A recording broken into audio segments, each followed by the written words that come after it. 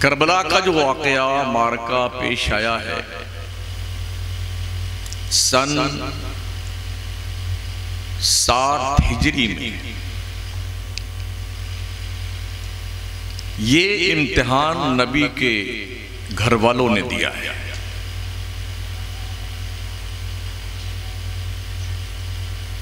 दुनिया का कोई पहाड़ भी होता ना तो वो भी लर्जा बर अंदाम हो जाता, मगर करबला के वाकयात ये बताते हैं आंखों से देखते हुए बच्चों का शहीद होना, भाइयों का शहीद होना, अकरबा का शहीद होना, मगर फिर भी डटे रहना दीन मुस्तफ़ा के तहफ़्फ़ुज़ व बक़ा के लिए, ये करबला वालों का ही हिस्सा था। पूरी दुनिया के इंसानों की नस्ल लड़कों से चली है। दुनिया के नक्शे पे एक ही ज़ात है, मुस्तफ़ा अलैहिस्सलाम की ज़ात, जिनकी नस्ल उनकी बेटी फातिमा से चली है। इमाम हसन और इमाम हुसैन।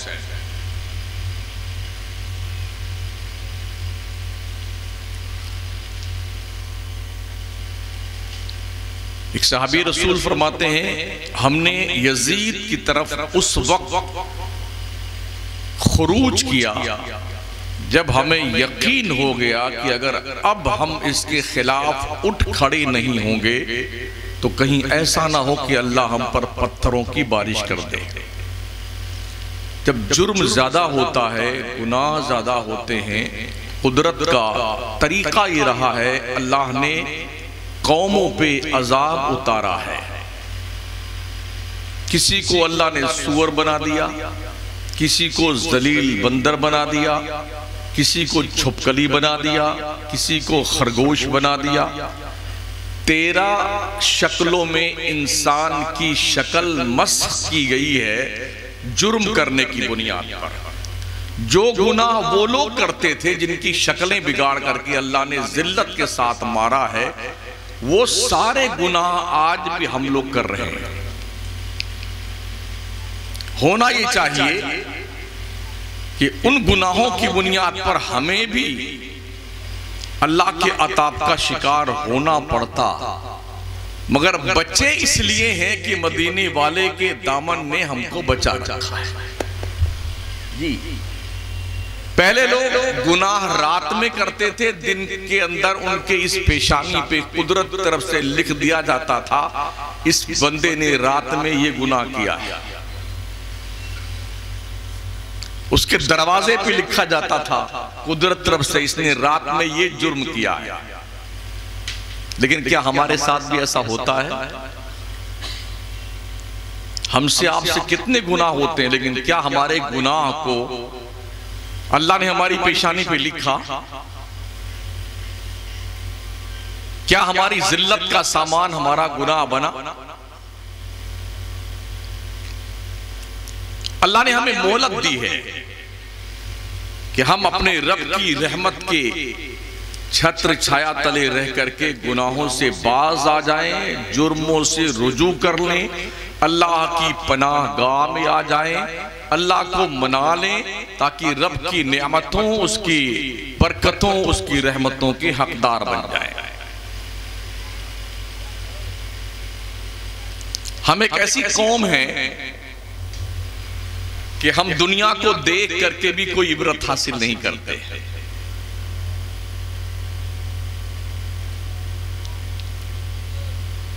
सुना था लोग कहते हैं कि खरबूजा देख कर रंग पकड़ता है, मगर मुसलमान इसको भी नहीं समझता है। My life my choice. आप कौन होते मुझे डिस्टर्ब करने वाले? ये थिंकिंग है आज के इस दौर में मुसलमानों। मेरी जिंदगी है, मेरी अपनी पसंद है, मैं जो चाहूं सो करूं, बिला शुबहा। आपकी जिंदगी आपकी है, आपकी चॉइस भी आपकी है। इतना जरूर याद रखना, कानून इंसानों के लिए होता है, जानवरों के लिए नहीं।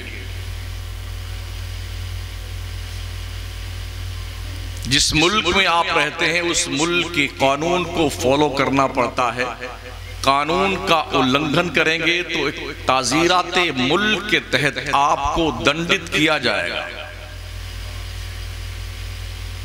जिस मजहब के मानने वाले आप हैं उस मजहब का भी कुछ कानून है।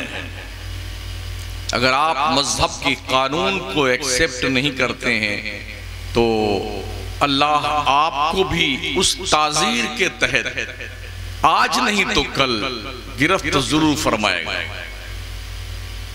और हमने देखा है अपनी इस लिमिटेड उम्र में कितने बड़े बड़े पहलवानों को धराशायी होते हुए।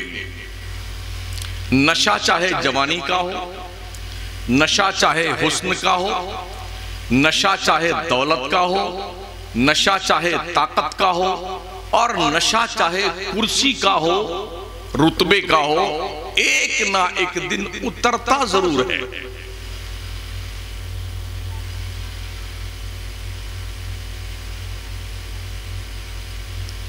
ऐसा कोई नशा नहीं। हाँ हाँ, एक नशा है जिसे इश्क़े मुस्तफा का नशा कहा जाता है ना। जब वो चढ़ जाता है तो उमैया चाहे सीने पे पत्थर रख करके मार डालने का अज़्म कर ले, फिर भी नहीं उठे। हम मुस्तफा के जामे मोहब्बत के मस्त हैं। ये वो नशा नहीं जिसे तुर्शी उतारता है। अगर नशा करना है तो मुस्तफा के प्यार का नशा कीजिए। नशा करना है अल्लाह के सिस्टमैटिक बनाए ये उसूल का पाबंद बनने का नशा कीजिए। जिन्होंने ये नशा किया ना वो मक्के मदीने की सरहदों से निकल करके फटी हुई जूतियां पहन करके, पेवन लगे कपड़े पहन करके उस दौर की सुपर पावर ताकत कैसरो किसरा को पैरों तले रौंद कर रख दिया। आज दुनिया के नक्शे पे मुसलमान तकरीबन 3 अरब की तादाद में बसता है। 3 अरब। पूरी दुनिया के नक्शे पे टोटल इंसानों की आबादी 7 अरब है, जिसमें 3 अरब ओनली मुस्लिम पर्सन।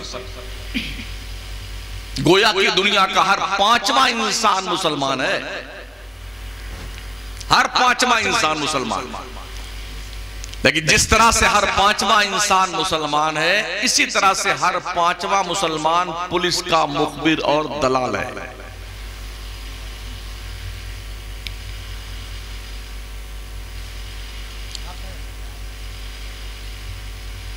हमने कभी इस बात का एहसास नहीं किया कि कुदरत ने हमारे साथ कितने एहसानात किए हैं।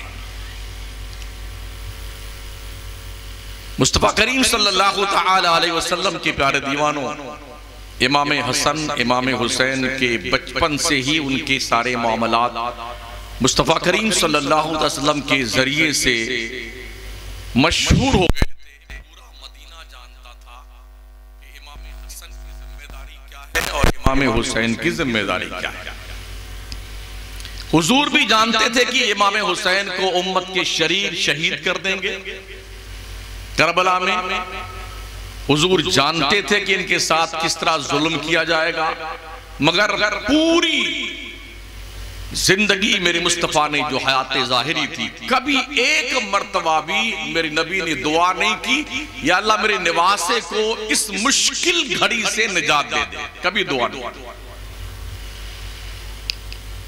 सैयदा फातिमा ज़हरा ने कभी दुआ नहीं की कि मेरा बेटा करबला में शहीद होगा, लोग इस तरह जुल्म करेंगे, या अल्लाह ये जुल्म का दिन इससे टाल दे।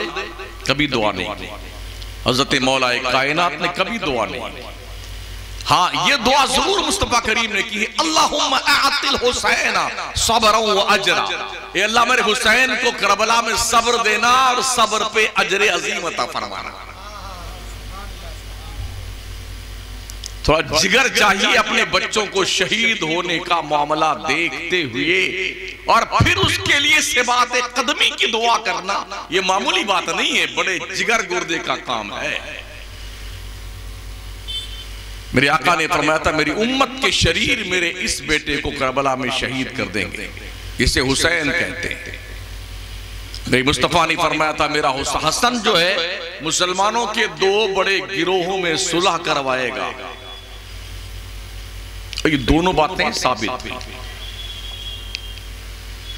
यजीद एक ऐसा फितना परवर शख्स था, जालिम, बदबख्त, शराबी, जुआरी, हराम खोर, हराम खाने का आदी, हराम करने का आदी, शरीयत मुस्तफ़िया के कानून को रोंदने वाला, कि उसकी इस फितना परवरी की बुनियाद पर पूरी मिल्लत इस्लामिया बाज़ाब्ता तौर पर परेशान थी। ये खबरें मक्का व मदीना तक आती रहती थी।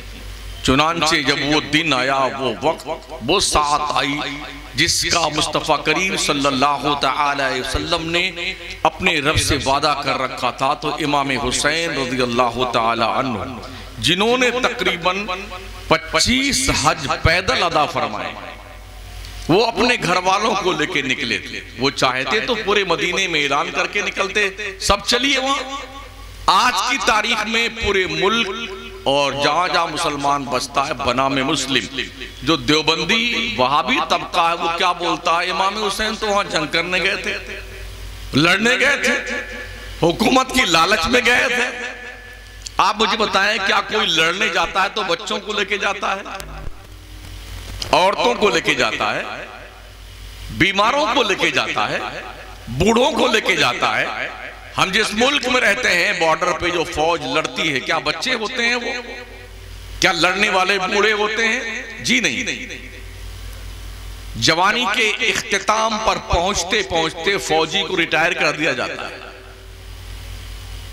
औरतें नहीं, कमजोर नहीं, बीमार नहीं। तो फिर इमाम अली मकाम करबला में आबिदे बीमार को लेकर के, अपनी बीवी को लेकर के, अपनी बहन को लेकर के, अपने छोटे छोटे भांजों को लेकर के, भतीजों को लेकर के, बूढ़ों को लेकर क्यों गए? जंग करने का प्लान था। शहर मदीना छोड़ के निकले। मदीना छोड़ना कोई आसान नहीं होता है। जहां पर इमाम हुसैन की जन्म भूमि भी थी, कर्म भूमि भी थी, उस जमीन को छोड़ना आसान तो नहीं था ना। आज हम और आप जाते हैं मक्का मदीना, और मदीने शरीफ को जब छोड़ने लगते हैं ना वापसी पर, तो कैसा ही पत्थर दिल क्यों ना हो, जब तक शहर रसूल दिखता है मुड़ मुड़ के देखता रहता है, रोता रहता है। और जिसका मदीने में सब कुछ हो,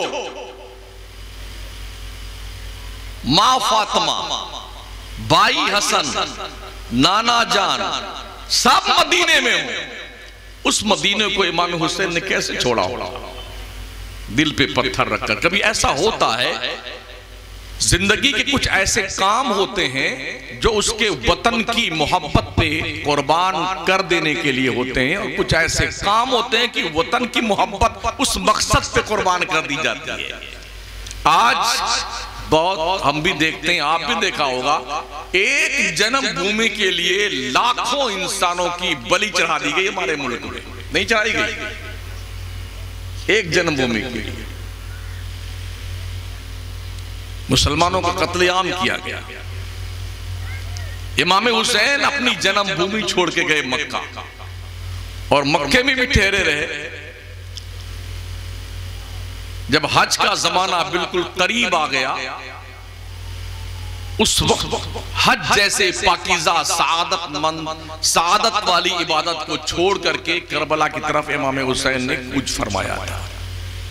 और करबला के मैदान में पहुंचने के बाद भी इमाम पाक रज़ियल्लाहु ताला अन्हु ने अपने 72 नुफूसे कुदसिया, वो जो वहां शहीद हुए, और 10 वो जो बच के वापस आए, इनको लेकर के करबला के मैदान में पड़ाव डाला था। इस टूटे हुए काफिले को, जिसमें बुजुर्ग भी हैं, बच्चे भी हैं, औरतें भी हैं, बीमार भी हैं, मर्द भी हैं, ये सब मौजूद हैं, इनको खत्म करने के लिए 22,000 का लश्कर यजीद की तरफ से आया था। करबला का पूरा मैदान तकरीबन 200 किलोमीटर का राउंड फिगर एरिया होगा, जो मैंने अंदाजा लगाया उसे देख करके कि हजरत हुर का मजार कहां पर है, ज़ैनब के बेटों का मजार कहां पर है, करबला किधर है। जब मैंने इसका सर्वे किया जाने के बाद वहां पर मुझे लगा कि तकरीबन 200 तक का किलोमीटर का ये राउंड का पूरा इलाका है जिसमें मार्का करबला वजूद पजीर हुआ था। उस जमाने में कोई बंदूक राइफल की लड़ाई तो थी नहीं, तलवार की लड़ाई थी, आमने सामने की लड़ाई थी। घोड़ों और ऊंटों पे बैठ के जंगें लड़ी जाती थी। तो अंदाजा ये हुआ कि शोहदा जो थे उनकी लाशों को बांध करके घोड़े के टांगों में पूरे मैदान में दौड़ा करके किसी को इधर, किसी को उधर, किसी को उधर, इस तरह डाल दिया गया था। उसी तरह से उनके मज़ारात वहां पे बने हुए।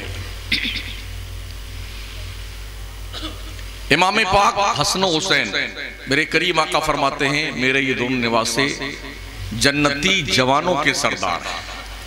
सैयदा फातिमा ज़हरा के हवाले से नबी ने फरमाया, मेरी बेटी फातिमा जन्नती औरतों की सरदार। जन्नत में कोई बूढ़ा नहीं जाएगा, कोई बच्चा नहीं जाएगा, जितने हैं सब जवान होके जाएंगे। सबकी उम्र 30 से 33 साल होगी और बगैर दाढ़ी मोछ के होंगे। कद हर जन्नती का 60 हाथ लंबा कद होगा, जो हजरत आदम का कद था। 60 हाथ का आदमी अगर आपके 5 कूड़ा, क्या कहते हैं गांव को, 5 कूड़ा में आ जाए तो पूरा ये गांव उसके पीछे तमाशा देगा। अरे यार इतना लंबा आदमी आ गया, इतना लंबा आदमी आ गया। जन्नत में सब 60 हाथ के होंगे। आप जानते हैं जन्नत में 8 दरवाजे हैं और इन 8 दरवाजों पर पहरा अहले बैत मुस्तफा का। जवानों के सरदार हसन हुसैन, औरतों की सरदार सैयदा फातिमा ज़हरा, तीसरा कोई नहीं है। कमांडर के बगैर कोई फौज आगे नहीं बढ़ती है। इसलिए अहले बैत मुस्तफा से रिश्ते गुलामी जोड़ कर रखो, ताकि इनके दामने करम से वाबस्ता होकर के जन्नत में जाने का आपको मौका मिल जाए।